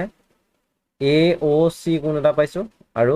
BOC কোণ এটা পাইছো সেই কোণকেইটা কি হয় সেই দুটা সন্নিহিত কোণৰ সমষ্টি সন্নিহিত কোণ হয় সেইকেইটা হৈছে সন্নিহিত কোণ আৰু সিহঁতৰ যেতিয়া সমষ্টি কৰোঁ যেতিয়া যোগ কৰোঁ তেতিয়া আমি কি পাওঁ 180 ডিগ্ৰী পাওঁ আমি 1 নম্বৰ পইণ্টটো ডিছকাছ কৰিলোঁ এতিয়া 2 নম্বৰ পইণ্টটো কৰোঁ ইয়াত কি কৈছে চাবা এডাল ৰেখাৰ এটা বিন্দুত ৰেখাডালৰ একেফালে এক বা একাধিক ৰশ্মিয়ে গঠন কৰা কোণবোৰৰ মাপৰ সমষ্টি 180 ডিগ্ৰী মানে এনেকুৱা এটা কথা এডাল সৰল ৰেখা আছে এডাল যিকোনো এডাল সৰল ৰেখা তুমি ধৰা এই সৰল ৰেখাডালৰ যিকোনো এটা বিন্দু O বিন্দু ঠিক আছে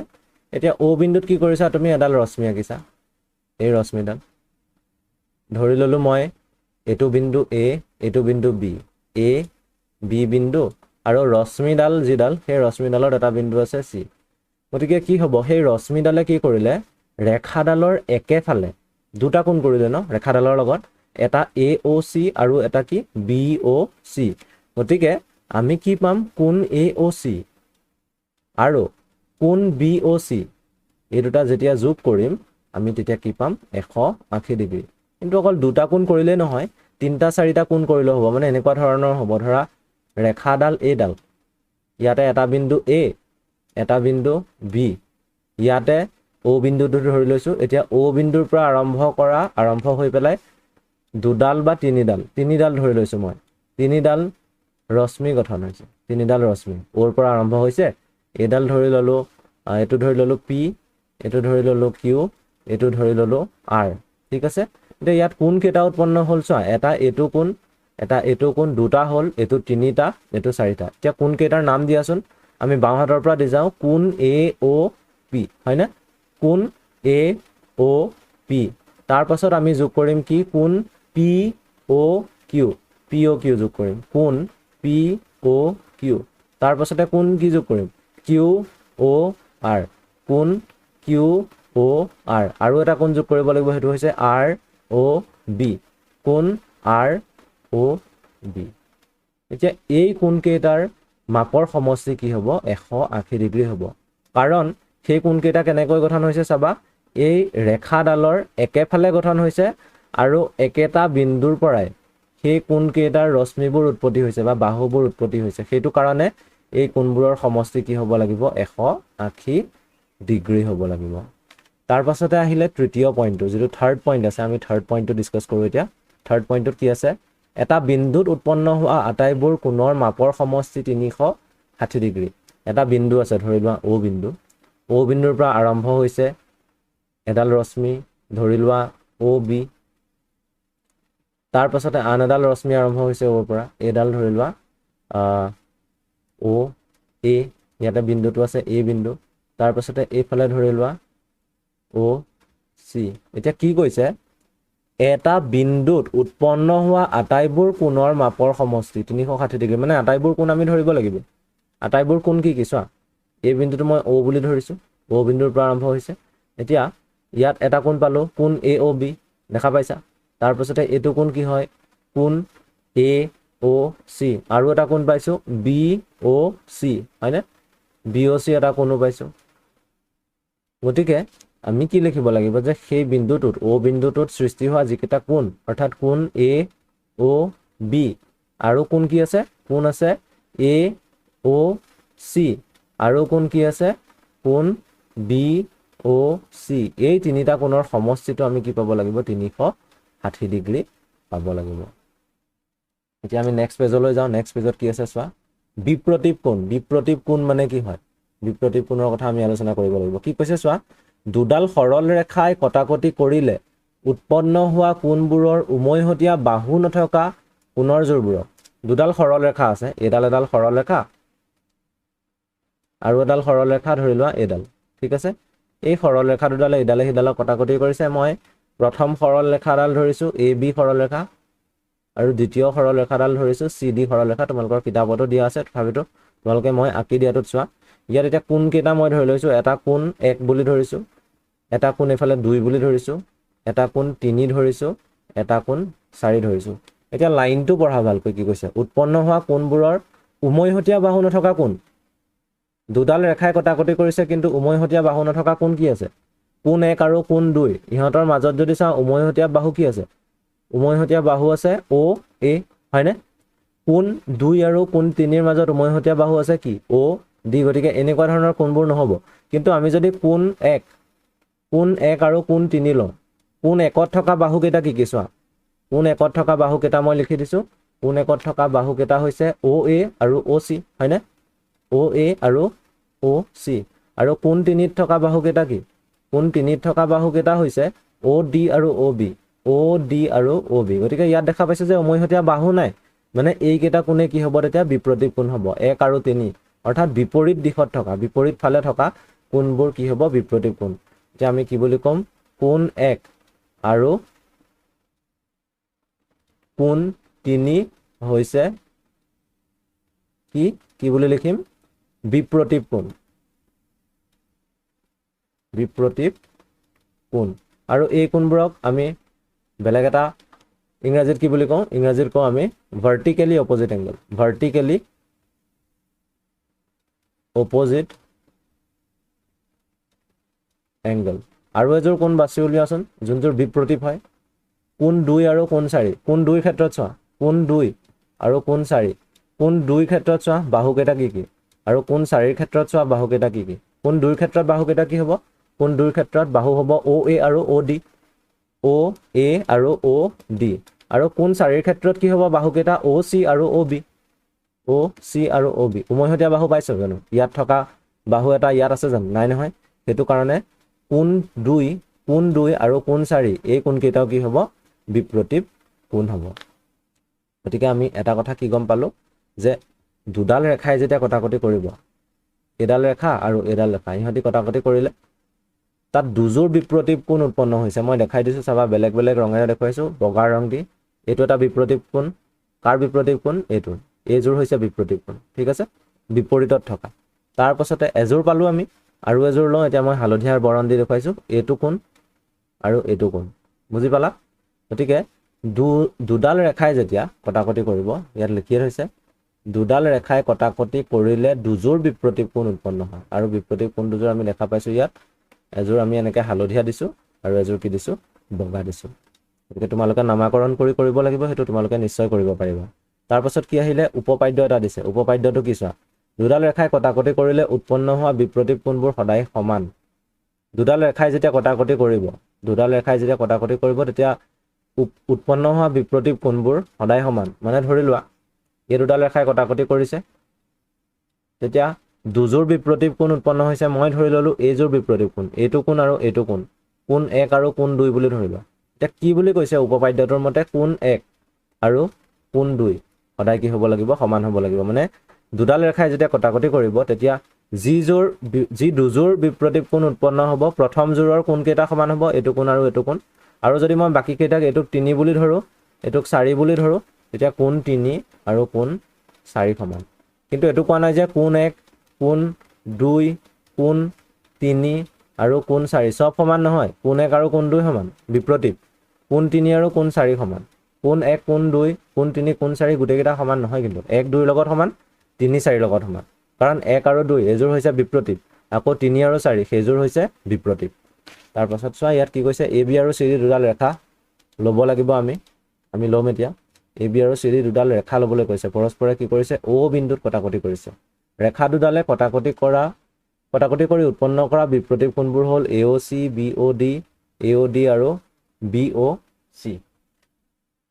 ৰেখা কেইডাল এইকেইডাল এডাল ৰেখা ধৰা হৈছে এইডাল সেইডালক কি বুলি ধৰা হৈছে চি ডি বুলি আৰু এডাল ৰেখা ধৰা হৈছে কি এডাল ধৰা হৈছে এ বি বুলি ঠিক আছে এতিয়া কথাটো চোৱা এইটো 1 নম্বৰ কোণ ধৰি লৈছোঁ এইটো 3 নম্বৰ কোণ তাৰ পাছতে এইটো কোণ 2 আৰু এইটো কোণ কি 4 মই 2 আৰু 4 কেইটা মই বেলেগ বৰণ দি দিছোঁ তেতিয়া তোমালোকৰ সহজ লাগিব 2 আৰু 4 এইকেইটা কোণ কি হৈছে বিপ্ৰতীপ কোণ এতিয়া চাবা কোণ এ অ চি আৰু কোণ এ অ ডি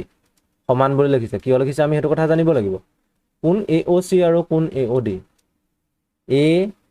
এই বিন্দুটো হৈছে অ বিন্দু যোনটো বিন্দুত কাটিছে এ অ চি আৰু এ অ ডি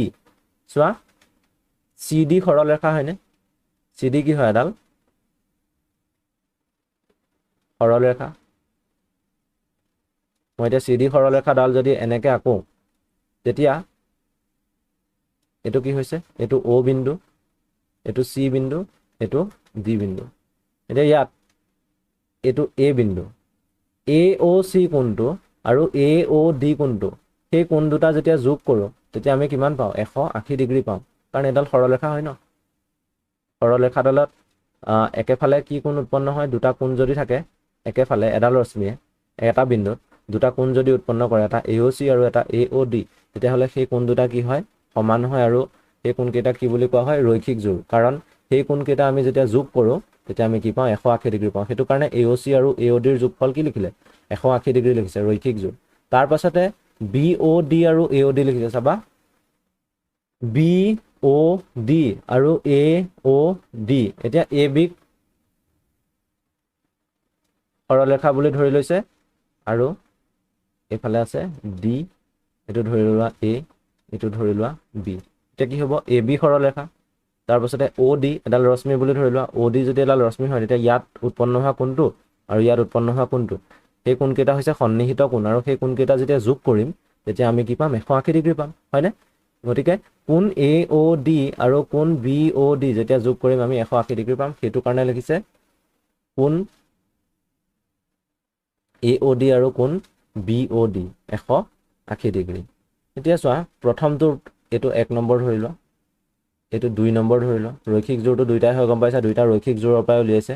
এতিয়া 1 নম্বৰ আৰু 2 নম্বৰ সোঁহাতে কি পাইছোঁ আমি 180 ডিগ্ৰী পাইছোঁ 180 ডিগ্ৰী পাইছোঁ গতিকে আমি এ অ চি যোগ এ অ ডি যে ক'লোঁ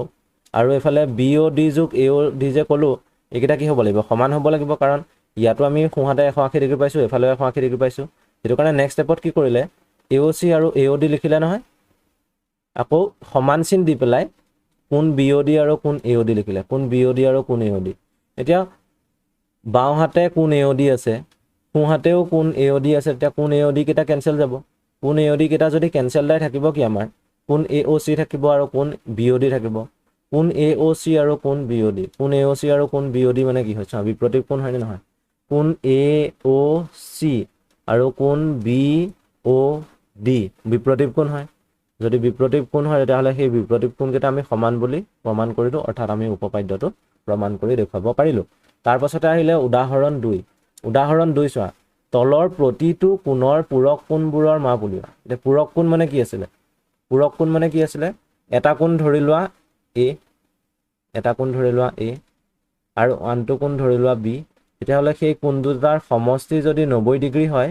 তেতিয়াহ'লে আমি কোণ Aক কোণ Bৰ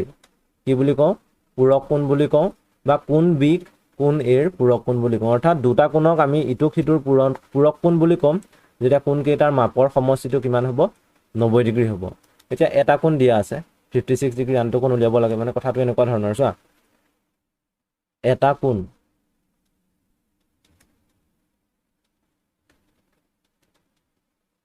দিয়া আছে আমাক কিমান, 56 ডিগ্ৰী। এতিয়া আমি কি জানো চাবা, এটা কোণ ঠিকে আছে, এটা কোণ আৰু তাৰ পূৰক কোণ, কোণটোৰ পূৰক কোণ, আমি যোনটো কোণৰ কথা কৈছোঁ কোণটোৰ পূৰক কোণ। এই কোণ দুটা যোগ কৰি আমি কিমান পাব লাগিব, 90 ডিগ্ৰী পাব লাগিব, কাৰণ এটা কোণ আৰু তাৰ পূৰক কোণটোৰ যেতিয়া সমষ্টি উলিয়াওঁ তেতিয়া আমি কি পাওঁ, 90 ডিগ্ৰী পাওঁ। কিন্তু এইটো কোণটো আমাক দি থোৱা আছে ন, এইটো কোণ 56 ডিগ্ৰী দি থোৱা আছে, গতিকে আমাক ইটো কোণ লাগে, মই লিখিলোঁ 56 ডিগ্ৰী।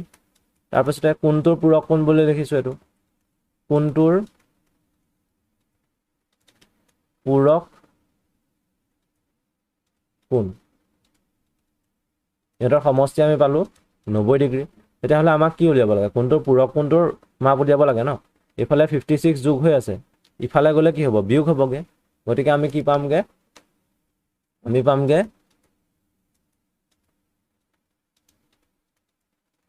কোণটোৰ পূৰক কোণ। তোমালোকে ইমানখিনি লিখি নাথাকিলেও হ'ব, কিতাপত যেনেকৈ দিয়া আছে তেনেকৈ লিখিলেই হ'ল। ইফালে 90 ডিগ্ৰী আছিলে আৰু 56 ডিগ্ৰীটো এইফালে যোগ হৈ আছে ন বাওঁহাতে, সোঁহাতে গ'লে কি হ'ব, সেইটো বিয়োগ হ'ব। এইটো ৰৈখিক সমীকৰণত তোমালোকে নিশ্চয় কৰিছা 56 ডিগ্ৰী, আৰু যেতিয়া বিয়োগ কৰিবা তেতিয়া তোমালোকে কিমান পাবাগৈ, 34 ডিগ্ৰী। অৰ্থাৎ 56 ডিগ্ৰীৰ যিটো কোণ আছিলে, 56 ডিগ্ৰীৰ যিটো কোণ আছিলে সেই কোণটোৰ পূৰক কোণটো হৈছে কিমান, 34 ডিগ্ৰী। আমি পাৰিলোঁ। এতিয়া 72 ডিগ্ৰী কি কৰিব লাগিব, 72 ডিগ্ৰীৰ পূৰক কোণটো যেতিয়া আমি উলিয়াবলৈ চেষ্টা কৰিম তেতিয়া আমি একেটাই কৰিম, তাত কি কৰিব লাগিব, 90 ডিগ্ৰীৰ পৰা যিটো 90 ডিগ্ৰী আছে, 90 ডিগ্ৰীৰ পৰা আমি কি বিয়োগ কৰিব লাগিব, 72 ডিগ্ৰীটো বিয়োগ কৰিব লাগিব। বিয়োগ কৰি যিটো কোণ পালোঁ সেইটোৱে হ'ব, 18 ডিগ্ৰী ওলাব। তোমালোকে কৰি চাবা সেইটো। তাৰ পাছতে উদাহৰণ 2 আহিলে, পূৰক কোণ আৰু সম্পূৰক কোণ, সিহঁতৰ মাজত ডিফাৰেঞ্চ আছে কিন্তু চাবা, দুটা কোণ পূৰক বুলি কওঁ, কোণ A আৰু কোণ Bক আমি পূৰক বুলি কওঁ যেতিয়া সিহঁতৰ মাপৰ সমষ্টিটো 90 ডিগ্ৰী হয়। আকৌ কোণ C আৰু কোণ D ইহঁতক আমি সম্পূৰক বুলি কওঁ যেতিয়া ইহঁতৰ মাপৰ সমষ্টি 180 ডিগ্ৰী হয়। সম্পূৰক হ'লে 180 ডিগ্ৰী, পূৰক হ'লে 90 ডিগ্ৰী, সেইটো মনত ৰাখিবা। এতিয়া কথাটো কি কৈছে, আমাক এটা কোণ দি দিছে, তাৰ সম্পূৰক কোণটো উলিয়াব লাগে। একেই লিখা, এটা কোণ আমাক দিয়া আছে, এটা কোণ আমাক দি থোৱা আছে কিমান, 113 ডিগ্ৰী, অৰ্থাৎ 113 ডিগ্ৰী। এতিয়া আমি কি জানো, এটা কোণ আৰু তাৰ সম্পূৰক কোণৰ মাপৰ সমষ্টি, এটা কোণ আৰু সেই কোণটোৰ লগতে যদি এই কোণটোৰ সম্পূৰক কোণ সেইটো যোগ কৰোঁ, কোণটোৰ সম্পূৰক কোণ, এই দুটাৰ যোগফল আমি কি পাব লাগিব, 180 ডিগ্ৰী পাব লাগিব। এতিয়া আমাক এটা কোণটো দি থোৱা আছে ন, প্ৰথম কোণটো দি থোৱা আছে 113 ডিগ্ৰী, কোণটোৰ সম্পূৰক কোণ আমি উলিয়াব লাগে। ইয়াত লিখিলোঁ 113 ডিগ্ৰী, যোগ দিলোঁ কোণটোৰ সম্পূৰক কোণ, কোণটোৰ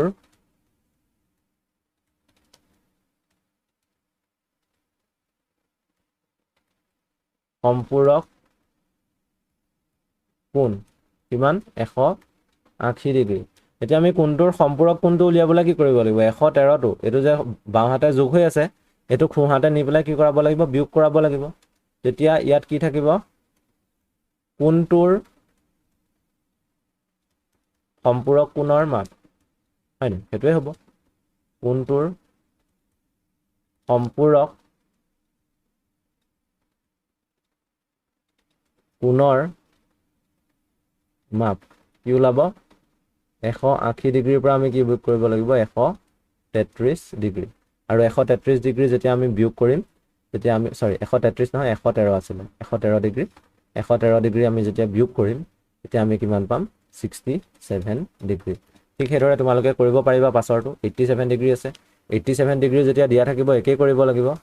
180 ডিগ্ৰীৰ পৰা আমি কি কৰিব লাগিব 87 ডিগ্ৰীটো বিয়োগ কৰিব লাগিব তেতিয়া আমাৰ কি ওলাব তেতিয়া আমাৰ সম্পূৰক কোণটো ওলাব। এতিয়া তাৰ পাছৰ পেজলৈ যাওঁ উদাহৰণ 3 উদাহৰণ 3ত কি দিয়া আছে চোৱা এটা কোণ নিজেই নিজৰ পূৰক কোণটোৰ মাপ উলিওৱা। পূৰক কোণ মানে কি আছিলে কোণ আৰু কোণটোৰ পূৰক কোণ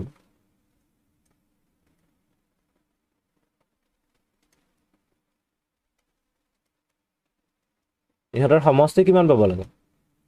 ইহঁতৰ সমষ্টি পাব লাগে কিমান 90 ডিগ্ৰী সেইটো সকলোৱে জানা। কিন্তু সেই কোণটো নিজেই নিজৰ পূৰক বুলি কৈছে কোণ নিজেই নিজৰ পূৰক অৰ্থাৎ কোণটো যদি এ কোণ হয় তেতিয়াহ'লে সেই কোণটো নিজৰে পূৰক হ'ব অৰ্থাৎ এৰ লগত আকৌ আমি এ যোগ কৰিলে কি পাম 90 ডিগ্ৰী পাম। বুজি পালা সেইটো কাৰণে ইয়াত কি কৰিছে কোণটোৰ মাপটো ধৰি লৈছে x ডিগ্ৰী বুলি ধৰি লৈছে। এতিয়া ইয়াৰ পূৰক কোণৰ মাপ কি হ'ব x ডিগ্ৰী হ'ব কাৰণ সি নিজৰে পূৰক বুলি কৈছে ন গতিকে আমি কি কৰিব লাগিব x যোগ x কৰিব লাগিব তেতিয়া কি পাম আমি 90 পাম। x যোগ x যদি 90 হয় তেতিয়াহ'লে 2x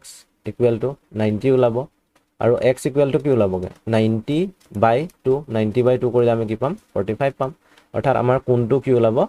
কোণটোৰ মাপটো ওলাব 45 ডিগ্ৰী। সেইটোৱে কৰিছে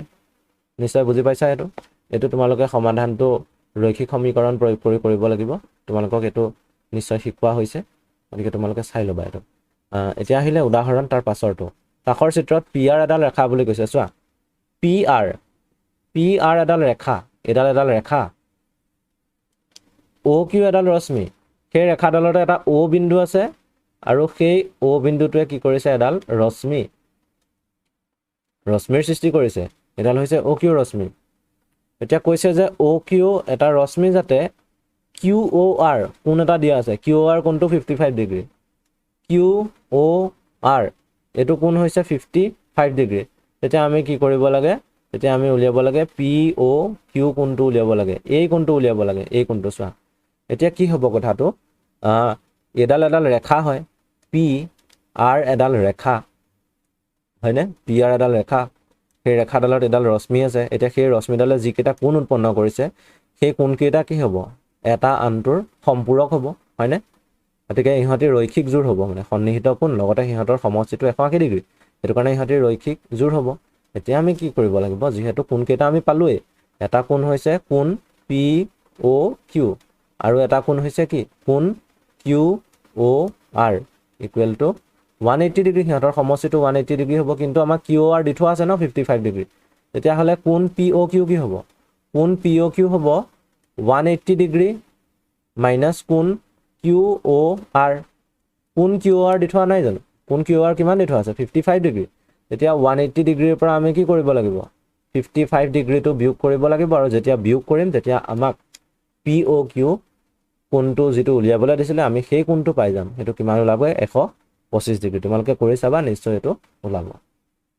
তাৰ পাছত উদাহৰণ আহিলে কাষৰ চিত্ৰত দিয়া আছে AB ইকুৱেল টু CD বুলি দিয়া আছে AB ইকুৱেল টু AB আৰু CD কাষৰ চিত্ৰত AB আৰু CD ৰেখা দুডাল পৰস্পৰ O বিন্দুত ছেদ কৰিছে এডাল CD ৰেখা আছে এডাল আৰু এডাল AB ৰেখা আছে ঠিক আছে। এতিয়া সেই ৰেখা দুডালে কি কৰিছে পৰস্পৰে O বিন্দুত কটাকটি কৰিছে ছেদ কৰিছে ইয়াতে এটা কোণ দি থোৱা আছে, কোণ AOC 30 ডিগ্ৰী দিয়া আছে। কোণ AOC চোৱা ভালকৈ চিত্ৰটোত চাবা, কোণ AOC এই কোণটো দিয়া আছে, এই কোণটো কিমান দিয়া আছে? 30 ডিগ্ৰী দি থোৱা আছে। তেন্তে কোণ BOB উলিয়াব লাগে। BOB আমি কেনেকৈ উলিয়াম? BOB এইটো তোমাৰ ভুল হৈ আছে, আমি উলিয়াব লাগিব BOD দেই, এইটো প্ৰশ্নত ভুল হৈ আছে, এইটো শুদ্ধ কৰি ল'বা। কাৰণ ইয়াতো যদি উত্তৰত চোৱা BOC উলিয়াইছে, BOD উলিয়াইছে, BOC উলিয়াইছে, AOD উলিয়াইছে। BOD, BOC আৰু AOD সেই তিনিটা কোণ উলিয়াব লাগিব। কোণ BOB নহয়, সেইটো শুদ্ধ কৰি ল'বা। কোণ BOB নহয়, কোণ BOD হয়। ঠিক আছে, এইটো শুদ্ধ কৰি ল'বা। এতিয়া চোৱা, কোণ AOC 30 ডিগ্ৰী দিয়া আছে, হয়নে? কোণ AOC যদি 30 ডিগ্ৰী দিয়া আছে, তেতিয়াহ'লে কোণ BOD কি হ'ব? এই কোণটো আৰু তাৰ বিপৰীত ফালে থকা কোণটো, সেই কোণকেইটা কি হ'ব? বিপ্ৰতীপ কোণ নহয় জানো? গতিকে কোণ AOC আমাক দিয়া আছে 30 ডিগ্ৰী, সেইটো কথা আমি গম পালোৱেই। কিন্তু কোণ AOC ইকুৱেল টু কোণ BOD হয়। কিয় হয়? কাৰণ সিহঁতি বিপ্ৰতীপ কোণ হয়, হয়নে? এতিয়া AOC আৰু BOD যদি বিপ্ৰতীপ কোণ হয়, সিহঁতি সমান হয়, তেতিয়াহ'লে কোণ AOC ইকুৱেল টু কোণ BOD ইকুৱেল টু কি হ'ব? 30 ডিগ্ৰী হ'ব। বুজি পালা? গতিকে আমাৰ এটা হেৰি ওলালে, এটা কোণ ওলালে, তাৰপাছতে বাকী কেইটা কোণ উলিয়াব লাগিব। এতিয়া BOD আৰু AOD তোমালোকক কি দিয়া আছে? AOC আৰু BOC দিয়া আছে, সেইটোৰ পৰাই চোৱা। AOC আৰু BOC সেইকেইটা কোণ কি হ'ব? ৰৈখিক জোৰ হ'ব, হয়নে? AOC আৰু BOC এইকেইটা কোণ ৰৈখিক জোৰ। এতিয়া সেইকেইটা কোণ ৰৈখিক জোৰ কোনডাল ৰেখাৰ কাৰণে হয়? AB ৰেখাৰ কাৰণে। কোণ AOC আৰু কোণ BOC ভালকৈ চালে গম পাবা তোমালোকে সেইকেইটা ৰৈখিক জোৰ হয় বুলি। 180 ডিগ্ৰী হ'ব।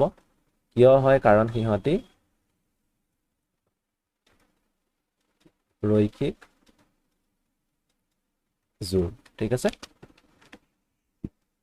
এতিয়া আমি কি জানো আৰু কি নাজানো? আমি কোণ BOC উলিয়াব লাগে। AOC আমি গম পাওঁ, AOC দিয়া আছে 30 ডিগ্ৰী, তাৰ লগত কোণ BOC যেতিয়া যোগ কৰোঁ, তেতিয়া আমি কিমান পাওঁ? 180 ডিগ্ৰী পাওঁ। আমি কি উলিয়াব লাগে? কোণ BOC উলিয়াব লাগে ন? কোণ BOC এফালে ৰাখি দিলোঁ, আৰু 30 ডিগ্ৰী যে এফালে যোগ হৈ আছিলে, ইফালে গ'লে কি হৈ যাব? বিয়োগ হ'ব। গতিকে 180 ডিগ্ৰীৰ পৰা আমি 30 ডিগ্ৰী কি কৰিব লাগিব? বিয়োগ কৰিব লাগিব। তেতিয়া আমি কিমান পাম? 150 ডিগ্ৰী পাম, হয়নে? 150 ডিগ্ৰী পাম। গতিকে কোণ BOC ওলালে, কোণ BOD ওলালে, কোণ BOC ওলালে, কোণ BOD ওলালে। এতিয়া কোণ AOD আছে, কোণ AOD উলিয়ালে হ'ল। BOC কোণৰ বিপৰীত কোণটো AOD নহয় জানো? এতিয়া আমি কি লিখিব পাৰোঁ? আমি জানিলোৱেই কোণ BOC ইকুৱেল টু 150 ডিগ্ৰী। কোণ BOC 150 ডিগ্ৰী। কোণ BOC আৰু কোণ BOD সমান হয়। কোণ BOD নহয়, AOD। কোণ AOD সমান হয় BOC আৰু AOD। কিয় সমান হয়? কাৰণ সিহঁতি বিপ্ৰতীপ। সিহঁতি যদি বিপ্ৰতীপ হয়, আমি BOC কোণটো পাই থৈছোঁ ন 150 ডিগ্ৰী, তেতিয়াহ'লে কোণ AODটো কি হ'ব লাগিব? BOC আৰু AOD আমি সমান বুলি ক'লোঁ, তেতিয়াহ'লে কোণ AOD এই কোণটো কি হ'ব লাগিব? 150 ডিগ্ৰীয়ে হ'ব লাগিব। বুজি পালা নিশ্চয়? গতিকে এনেধৰণে আমি কি কৰিব লাগিব? প্ৰশ্নবোৰ উলিয়াব লাগিব, প্ৰশ্নবোৰ সমাধান কৰিব লাগিব। কিন্তু কথাটো হ'ল, এই প্ৰশ্নবোৰত আমি বিশেষকৈ অলপ বীজগণিত প্ৰয়োগ কৰিব লাগিব। যিখিনি ৰৈখিক সমীকৰণ আছে, ৰৈখিক সমীকৰণ প্ৰয়োগ কৰাটো দৰকাৰ হৈ পৰে ইয়াত। এতিয়া চাবা, এইটো এটা প্ৰশ্ন দিছে, কাষৰ চিত্ৰত PQ এডাল ৰেখা Xৰ মান নিৰ্ণয় কৰা। PQ এডাল ৰেখা দি থোৱা আছে, চোৱা PQ এডাল ৰেখা, এডাল ৰেখা PQ, P এটা বিন্দু, Q এটা বিন্দু, PQ এডাল ৰেখা। ঠিক আছে, এতিয়া ইয়াতে এডাল ৰশ্মি আছে, ৰশ্মিডাল হৈছে কি? OR ৰশ্মি, R বিন্দুটো ইয়াতে আছে ক'ৰবাত। এতিয়া POR কোনকেইটা দি থোৱা আছে? কোনকেইটা কি দিয়া আছে? 3x + 15 সেইটো ডিগ্ৰী, 3x + 15 ডিগ্ৰী। এয়া চোৱা, ইয়াত বীজগণিত প্ৰয়োগ হ'ব। এতিয়া 3x + 15 আহি গ'ল ন, ৰৈখিক সমীকৰণ আহিব ইয়াত। তাৰপাছতে QOR কোনটো দি থোৱা আছে? সেইটো দিয়া আছে কিমান? 2x - 20 degree. এতিয়া চাবা, PQ এডাল ৰেখা বুলি কৈছে ন, PQ এডাল ৰেখা, O হৈছে PQ থকা বিন্দু আৰু O এডাল ৰশ্মি। সৃষ্টি কৰিছে এতিয়া সেই ৰশ্মিডালে কি কৰিছে দুটা কোণ উৎপন্ন কৰিছে ন এটা কোণ এইটো 3x + 15 ডিগ্ৰী বুলি কৈছে তাৰ মানটো আৰু আনটো কোণ হৈছে কিমান আনটো কোণ হৈছে ROQ আৰু সেই কোণটো কিমান দিয়া আছে 2x - 20 ডিগ্ৰী মানটো দিয়া আছে আমাক এতিয়া এই কোণ কেইটা কি হ'ব এই কোণ কেইটা হ'ব ৰৈখিক জোৰ হয়নে আমি কি লিখিম যিহেতু কোণ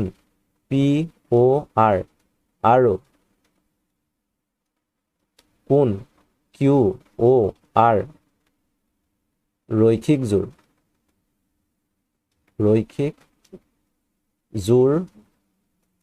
হয় যদি ৰৈখিক জোৰ হয় তেতিয়াহ'লে কি হ'ব লাগিব তেতিয়াহ'লে কোণ POR যোগ কোণ QOR এটা কিমান হ'ব লাগিব যোগ কৰিলে কিমান হ'ব লাগিব আমাৰ 180 ডিগ্ৰী হ'ব লাগিব ৰৈখিক জোৰ যদি হয় তেতিয়া সেই জোৰ কেইটাৰ কোণ কেইটাৰ মাপৰ সমষ্টি কি হয় 180 ডিগ্ৰী হয় এতিয়া চোৱা তোমালোকে POR ৰ ঠাইত কি বহাম POR আমাক দি থোৱা আছে ন 3x + 15 বুলি এইটো 3x + 15 বঢ়াই দিলোঁ 3x + 15 বঢ়াই দিলোঁ আৰু ইয়াত QOR যে আছে QOR কিমান পাইছোঁ QOR এইটো কোন 2x - 20 degree 2x - 20 degree 2x - 20 বহালোঁ আমি x ৰ মান উলিয়াব লাগে 180 হয়নে এতিয়া চোৱা ইয়াত ডিগ্ৰী কেইটা লিখি থোৱা নাই দেখিছা প্ৰথমটো লিখিছে যেতিয়া ডিগ্ৰী ইয়াত লিখিছে তেতিয়া ইয়াতো লিখিছে তাৰ পাছৰ ষ্টেপত কি কৰিছে ডিগ্ৰী কেইটা লিখা নাই আৰু ডিগ্ৰী কেইটা লিখা নাই x ৰ মানটো উলিয়াইছে শেষত গৈ পেলাই সমীকৰণটো ডিগ্ৰী কেইটা নিলিখিলেও হয় তোমালোকে ফাৰ্ষ্টতে লিখিবা বাৰু কিতাপত দিয়াৰ দৰে প্ৰথমতে লিখিবা তাৰ পাছৰ ষ্টেপ কেইটাত নিলিখিলেও হ'ব প্ৰত্যেকটোতে ডিগ্ৰী লিখি থকাটো সম্ভৱ নহয় সেইটো কাৰণে তোমালোকে পাছৰ ষ্টেপ কেইটাত নিলিখিলেও হ'ব মই ইয়াত নিলিখাকৈ দেখুৱাইছোঁ 3x + 15 x থকা যিকেইটা পদ আছে 3x আৰু 2x ওচৰলৈ আনিলা +15 আছে -20 আছে এইকেইটা ওচৰলৈ আনিলোঁ আৰু এফালে কি আছে 180 হয়নে 3x + 2x যেতিয়া কৰিবা এই দুটা সৰল কৰিলে কি পাবা 5x পাবা 15 - 20 কৰিলে কিমান পাওঁ -5 হয়নে ইয়াত ওলাবগৈ কিমান 180 যেনেকৈ আছিলে তেনেকৈ ৰাখিছোঁ কিন্তু 5x = কি হ'বগৈ এতিয়া 180 + 5 হৈ যাব 5 এইটো মাইনাছ হৈ আছে ইফালে গ'লে প্লাছ হ'ব 185 হ'ব 185 যদি হয় x ৰ মানটো কিমান ওলাব 185 / 5 5ৰে হৰণ কৰিব লাগিব 5ৰে হৰণ কৰিলে কিমান পাম 185 5 3 গুণ 15 আহিব এইফালে থাকিলে 3 5 আৰু ইয়াত কি হ'বগৈ গৈ পেলাই 7 35 গতিকে হৰণ কৰিলত আমি কি পালোঁ 37 পালোঁ অৰ্থাৎ আমি x ৰ মানটো কিমান হ'ব লাগিব আমাৰ কাৰণে 37 ডিগ্ৰী হ'ব লাগিব তেতিয়া 3x + 15 ডিগ্ৰী আৰু 2x - 20 ডিগ্ৰী যিকেইটা কোণ এই কোণকেইটা কি হ'ব সম্পূৰক কোণ হ'ব